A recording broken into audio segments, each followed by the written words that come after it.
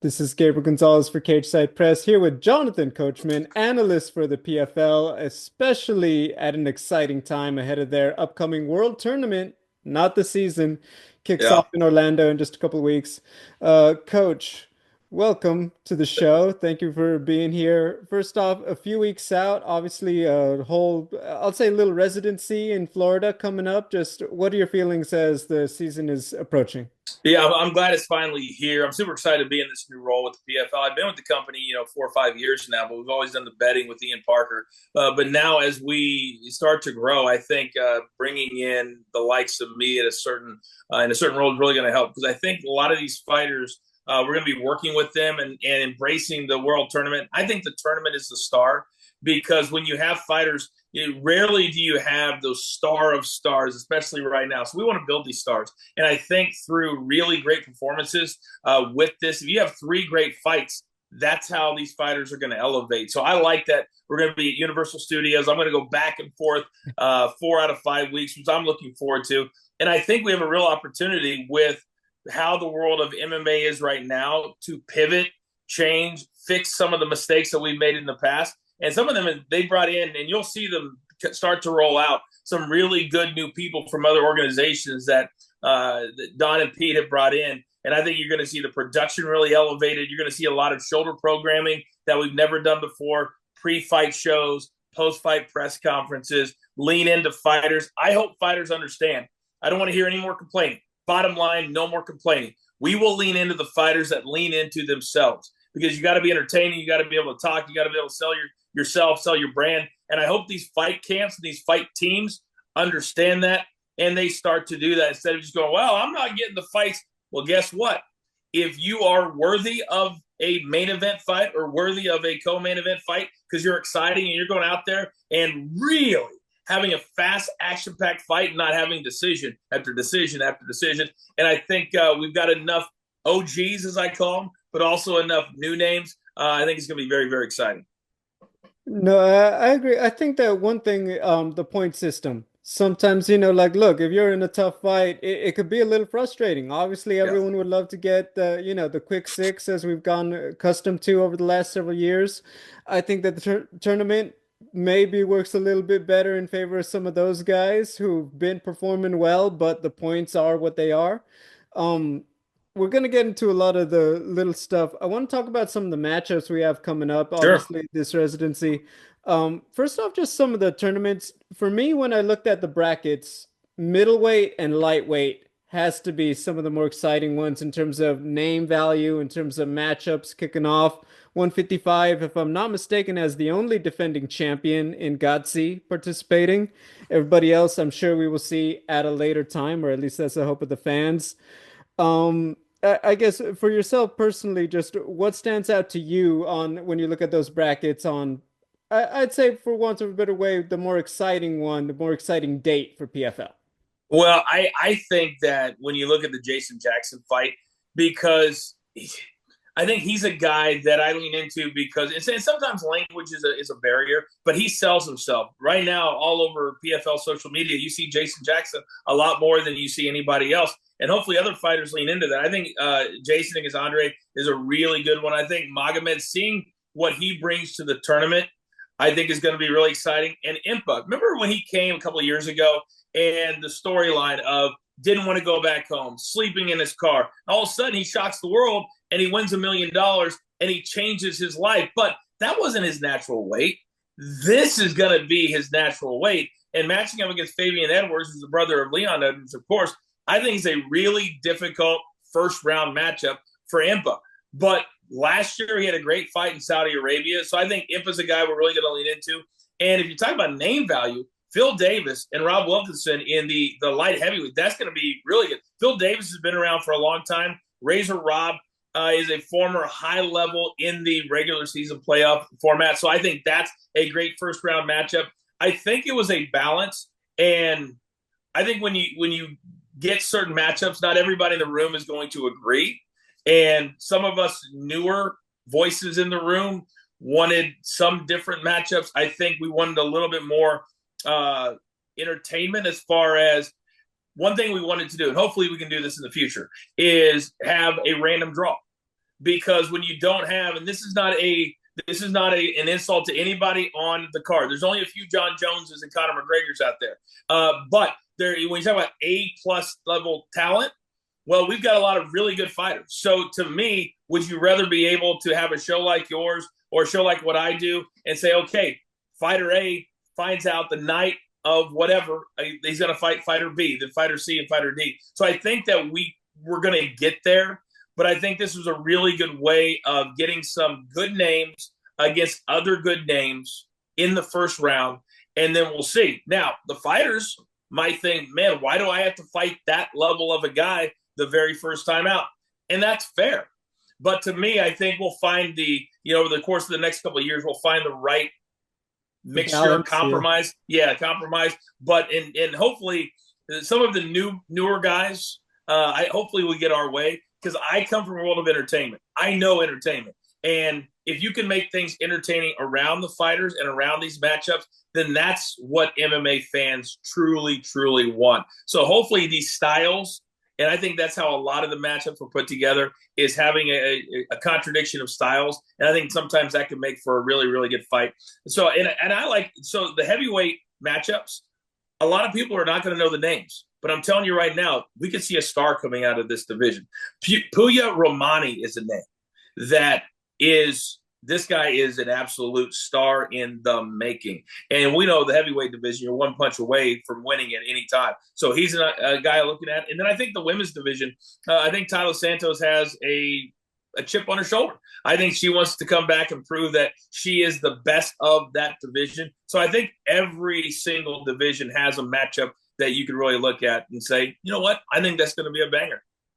I agree with you. I really liked at 55, you have Chablis and Brent Primus, two guys, two Bellator vets, two guys who Mm-hmm. had made a run in the Bellator Grand Prix. Obviously, Brent made the finals last year. Chablis got a title shot against Usman Magomedov last year. I think seeing them in the first round, that's a fight that truly for the last couple of years could have been up there in either Grand Prix. So No. I think yeah, I love that one. I like that you shouted out Impa and Fabian. I think that's a big one. Obviously, Impa's just experienced now in the PFL. Fabian's Mm-hmm. been up there in the Bellator brand for a while. But the setup with Johnny Eblin, obviously. So Yeah. it makes for quite I like the way that those are balanced. I know that some of the fans probably waiting to see some of the defending champions, and I'm sure that's maybe something for the Champions Series that I believe kicks Yes. off in June, Yes. Yes. correct? Yeah. Yeah, it is. And I'm glad you brought that up because I think as we start to grow the PFL, one of the things was we didn't have enough fights outside of the tournament or the what we did last year with the points. But I think now if we want to grow a company and have homegrown stars, but also be a company that fighters want to come to, not that I my contract ran out in the UFC or over here, but say listen, they're putting on great events. They're putting on 20 to 25 a year, which is kind of the sweet spot for us. I think that's where we want to be and show these fighters and their camps and their management. If you come in, you can get 2 or 3 really good fights a year, whether it's in the tournament. And think about this, Gabriel. If you lose in a really, really good fight in the first round, you still have an opportunity later in the year to fight on one of those other cards. That's what we're trying to develop and put out there, and not just say, oh, your season's done because you lost in the first round.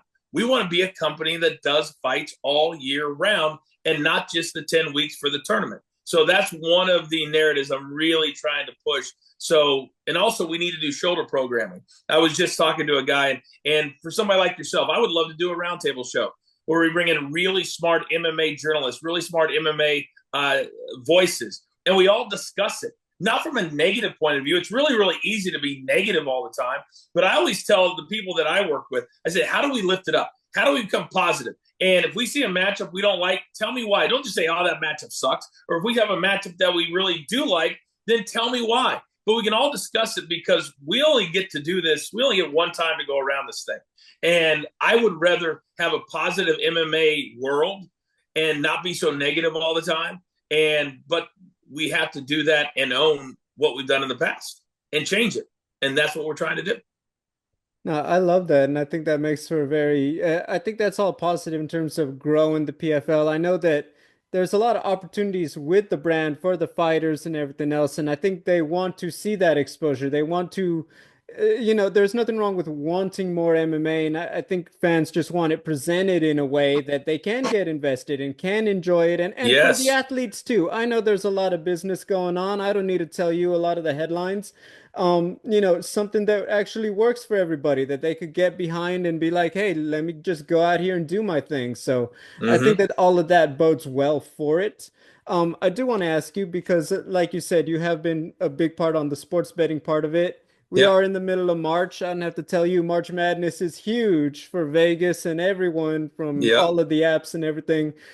When you have a tournament like this, what makes it, in your opinion, what makes it exciting from a betting perspective, especially as that part of the business has grown? Yeah, I'm really glad that you asked me that question because me and Ian Parker are very, very close. He's a great, I think he's the best in the world at handicapping. Here's one of the things that I'm working on right now because the one thing when I told them, make me the face of this thing. And I want to sit down with the Gabriels of the world and be transparent. And I have a guy on my personal team. We have a show called Coaching Company. We do a lot of PFL, a lot of MMA, and you got to. And we're still working on this. We're not there yet, so I'm not going to lie to you. But what I want to do is we should have future odds out there right now. And you've got this tournament is perfect for futures betting. You got so many different things that you can do. So we're actively talking to different sports books, and hopefully they see this interview and understand. In the past, we were with one sports book. It was a big name sports book, but they didn't give us any offerings, no markets. It was odds 2 days before. It was, sometimes minus 800, no round bets, no method of victory bets. And so you can't bet minus 800. It's just not possible. So to me, what I would do and what we're actively trying to do, and hopefully you'll see this on my show in the next few days, is create, because I have an odds maker on my show. So even if they are not out there, we can make them. And future betting to where somebody can go to a particular book, and I have one that I use on my show, and say, okay, this guy, you can bet on all 8 fighters to win their division. So think about this. You could have 8 odds, 8 different divisions. How much fun would that be? And you get to bet on somebody before the tournament even starts. So now you're rooting for a guy. And that's what I've said on a lot of my social media posts. Find a fighter that you like, that you lean into. Do a little bit of the work. And the betting can add to the enjoyment of watching the tournament. And so if you're betting on a guy and he's fighting on April 3rd, are you going to watch Gabriel? Of course you are. Of course you are. And then you've got to watch the other fights and say, okay, can I hedge my bet if Phil Davis wins and he faces the winner of Sullivan and Marcelo? What are those ads going to look like? You feel me? And so that's where I want it to go. And I'm actively working with the guys at the PFL who deal with the sports betting side. But me and Ian are going to be all over it. And if we have to develop things on our own, that's exactly what we're going to do. Because that's also how you grow viewership. And so many times you got guys sit down, well, how do we get more people to watch? There's one way you do it faster than any other way. You do betting shows before, you talk about the futures, you talk about the matchup odds, which there's still none out there yet. Admittedly, doesn't make me happy. But again, that's why I'm here. And then you can bet first round matchup, and then we've got to have method of victory. Then, if you want to have some fun bets, you could say, okay, how many fighters are going to have a first round finish? How many fighters are going to have a finish at all? How many fighters are going to win by submission? Those are what I call fun bets. But those are things that if you're sitting at home and we all get together on a Thursday, Friday, Saturday night to watch the fights, those are things that, hey, I've got 3 fighters here. I need to win by submission tonight. Wouldn't that be fun? Wouldn't that be fun? There you go. Yeah. So that's where I hope to take the betting business with MMA. And, I've got a lot of good people around me. It's just executing it and getting certain books to lean in with us. Well, I think a lot of fans like the idea of it. I think it gives you a reason to be more invested. And I Yep. think any brand appreciates that. Obviously, that's why many of the sports, not just MMA, have leaned into it a lot in very recent years. So it's been a lot more fun. Coach, I'm going to leave you with this one. Obviously, the season kicks off in a couple weeks. What can fans expect, in your opinion, from the PFL in 2025? I think what they can expect, the shows are going to look amazing.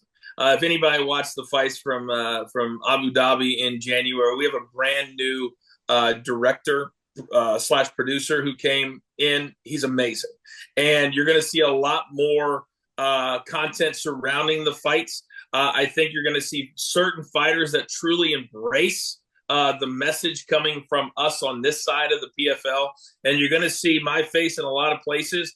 But we want excitement. We want transparency when it comes to dealing with fighters, and we want to keep it positive. And we want to really almost draw a line in the sand, Gabriel, this year and say, listen, we had our years to kind of start it off. And then also, we want feedback from the fans, not negative feedback, but we want feedback and say, we'd like to see this. And then know that there are voices here now that are fighting for you. There's voices here now that are listening to the fight fan. And it starts with me.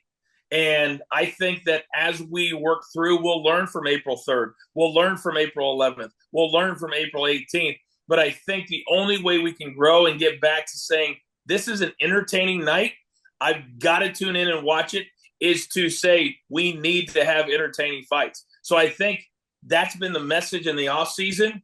And I think that's what people are going to see. But if anybody wants any answers or they want an idea that will go up the string, DM me. Call me. If you need an interview, Gabriel, call me, because there will be no more, hey, nobody's answering the phone from the PFL. That ends, and that ends now. Well, I think everyone's going to really appreciate that. Obviously, a lot of fighters do want somewhere to be excited about, so I think that's great news. Awesome. Coach, we appreciate you. April 3rd from Orlando, Universal Studios. You guys are going to get to have so much fun. Yeah. Best of luck on a great tournament, and we look forward to seeing what comes next from the PFL, Coach. Thank you. Gabriel, thank you, and thanks for having me on, man. I really enjoyed it.